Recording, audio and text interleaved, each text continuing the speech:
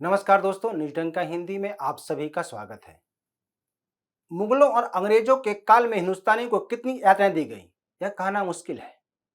क्योंकि जिस तरह से हम लोग भगत सिंह, चंद्रशेखर आजाद, महाराणा प्रताप आदि के बारे में पढ़ते हैं तो यह समझ में आता है कि कैसे भारत के सपूतों को यातनाएं दी गई, उनके साथ उस समय कैसा सलूक किया गया।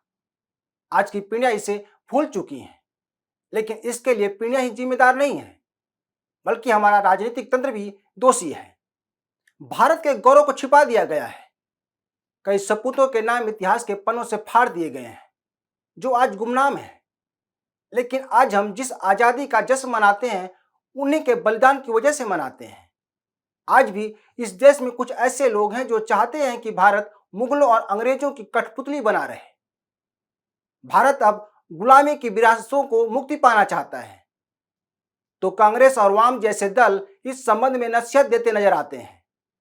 यही कारण है कि वैचारिक तौर पर भारत पर आक्रमण किया जा रहा है, जिसका विपक्ष समर्थन कर रहा है, जिसकी वजह से भारत के वैचारिक मतभेद पैदा हो रहे हैं, जिस पर सवाल उठने लगे हैं। संघ की पत्रिका पांचजन्य की संपादकीय में सुप्रीम कोर्ट की आलोचना की गई है। यह आलोचना हाल ही में बीबीसी डॉक्यूमेंट्री को बैन करने के विरोध में दायर याचिका पर की गई है। सुप्रीम कोर्ट में एक याचिका दायर की गई थी, जिसमें बीबीसी डॉक्यूमेंट्री से बैन हटाने की मांग की गई थी, जिस पर कोर्ट ने सुनवाई करते हुए बीबीसी डॉक्यूमेंट्री पर से तत्काल रोक हटाने से इनकार कर दिया, जबकि केंद्र सरकार को इस संबंध में एक नोटिस भेजा गया था, जिसका जवाब 3 सप्ताह में देने को कहा गया था। बता दें कि इस संबंध में कई याचिकाएं लगाई गई थी। अभी भी मुगलों और अंग्रेजों के गुलामी के निशान मिटे नहीं हैं। आज भी जहां तहां उनके नाम पर चौक चौराहे हैं, लेकिन जब इनका नाम बदल जाता है तो इस पर राजनीति शुरू हो जाती है। इस बात का सबूत है कि लोग आज भी मुगलों और अंग्रेजों की गुलामी से जकड़ा रहना चाहते हैं, उनके विचारों को भारत के लोगों पर थोपना चाहते हैं।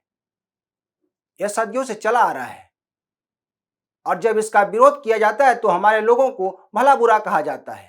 पांचजन्य ने अपने संपादकीय में बीबीसी को दुष्प्रचार और भारत को बदनाम करने वाली संस्था बताया है।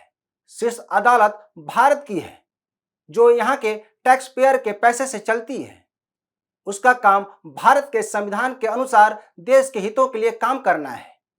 इस संस्था का सृजन भारत अपने हित में किया है, लेकिन अब यह संस्था भारत विरोधियों के लिए एक औजार बन गई है। जब चाहो तब इसका उपयोग किया जा सकता है। संपादकीय में कहा गया है कि आतंकियों को मानवाधिकार के नाम पर संरक्षण दिया जाता रहा है। इतना ही नहीं, भारत के विकास के कार्यों को पर्यावरण संरक्षण की आड़ लेकर उसे रोकने की कोशिश की जाती है। यह भारत को कमजोर करने की साजिश है।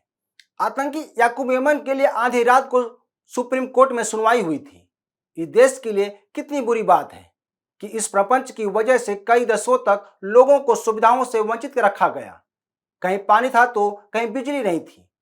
उन्हें गरीब बताकर केवल उनका शोषण किया गया। सवाल है कि क्या 2014 से पहले भारत के पास क्षमता नहीं थी जो आज दिख रही है? आज भारत हर क्षेत्र में झंडा बुलंद किया हुआ है। उस समय भी कई मुद्दे देश को, समाज को बांटने के लिए उठाए जाते थे। आज लेकिन ऐसा नहीं हो रहा है। एक तरह से विपक्ष कोर्ट को अपने हथियार के तौर पर उपयोग करता नजर आ रहा है। याकूब मेमन का मामला इसका उदाहरण है। गौरतलब कि 29 जुलाई 2015 को मुंबई धमाके का दोषी याकूब मेमन को फांसी रुकवाने के लिए आधी रात को कोर्ट में सुनवाई हुई थी। यह तब सुनवाई 90 मिनट तक चली थी, जिसके बाद सुप्रीम कोर्ट ने फांसी पर रोक लगाने से इनकार कर दिया था। आतंकी जो सैकड़ों लोगों के मौत का जिम्मेदार था, उसे बचाने के लिए आधी रात को कोर्ट का दरवाजा खटखटाया गया था। इससे बुरा इस देश के लिए और क्या हो सकता है? अब एक बार फिर भारत को बदनाम करने के लिए अंग्रेजों ने गुजरात दंगों का सहारा लिया है। बीबीसी डॉक्यूमेंट्री को जिस तरह से विपक्ष ने हाथों हाथ लिया, उसकी मानसिकता को दर्शाता है। विपक्ष ने बीबीसी डॉक्यूमेंट्री का समर्थन कर एक तरह से सुप्रीम कोर्ट का अनादर किया है। यह पहला मौका नहीं है जब गुजरात दंगों पर अंगुली उठाई गई है। कोर्ट द्वारा इस मामले पर निर्णय हो जाने के बाद भी विपक्ष इस मुद्दे को उछालता रहता है। सवाल यह है कि आखिर विपक्ष इस मुद्दे को क्यों बार बार जिंदा करता है और अपनी राजनीति रोटी सेकता है। वर्तमान में भारत हर क्षेत्र में लंबी छलांग लगा रहा है। आज विदेश का हर नेता पीएम मोदी का साथ चाहता है, पर विपक्ष आज जिस तरह से पीएम मोदी से खार खाए हुए और उनके लोकप्रियता को पचा नहीं पा रहा है। मोदी सरकार के हर काम में विपक्ष टांग फंसाता है। आज भारत G20 की अध्यक्षता कर रहा है। दुनिया भर में भारत की छवि में सुधार हुआ है। कभी नरेंद्र मोदी पर गुजरात दंगों को लेकर अमेरिका ने उन्हें वीजा देने से इनकार कर दिया था, लेकिन आज उसी देश के राष्ट्रपति हमारे प्रधानमंत्री से मिलने के लिए बेकरार रहते हैं।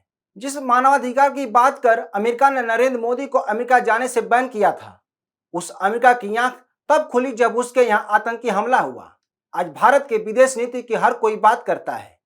अमेरिका ही नहीं, कई देश कह चुके हैं कि अगर भारत के प्रधानमंत्री चाहेंगे तो रूस और यूक्रेन का युद्ध रुक सकता है, लेकिन विपक्ष को भारत की यह छवि पसंद नहीं आ रही है। हिंडनबर्ग की रिपोर्ट में भारत की आत्मनिर्भरता पर करारा चोट किया गया है। आज भारत आर्थिक रूप से मजबूत हुआ है। लगभग हर देश में मंदी और महंगाई है, लेकिन भारत इससे अछूता आगे बढ़ता जा रहा है। तो दोस्तों, आज के लिए बस इतना ही। इस वीडियो को शेयर, लाइक और कमेंट जरूर करें। ताज़ा खबरों के लिए न्यूज़ डंका ऐप को डाउनलोड करें। हमारे यूट्यूब चैनल को सब्सक्राइब करें। धन्यवाद।